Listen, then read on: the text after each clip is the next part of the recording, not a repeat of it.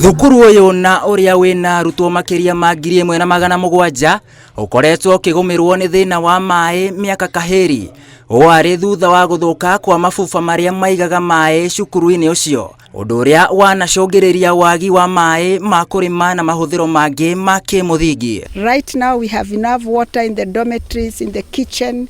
Right now we are able to do irrigation in our farm, and therefore we have enough food stuff. We do planting of cabbages and other fresh vegetables for the use in the school, and this project will go a long way to stabilize the smooth running of the school, and we are very, very happy. Ona kuhana uguo thina uyu ni uthirite thutha wa kirabu kia Rotarithika kuhe mabuba maya uthio mweru. Tabarĩra ĩno ĩhũthĩrĩte ciringi 800,000 harĩ gwaka mabuba hamwe na kwagĩrithia makĩria mitambo ya kunyagia maaĩ thukuru-inĩ guothe. Kajiado ni county ambayo imekuwa na uhaba wa maji.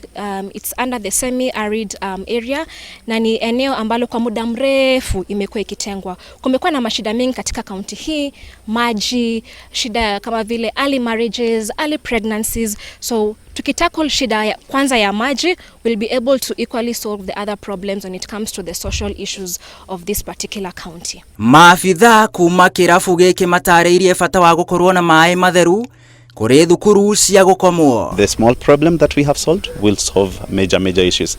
The school is enjoying now the better bit of it, and we hope that there can be even more benefit from the water that is being distributed. Hamwe na kwagĩrithia mitambo ĩno, arutwo ni magĩte na kanya ga kũrutwo kumenyerera maria maturigicĩirie o hamwe na ũhũthĩri mwega wa maaĩ.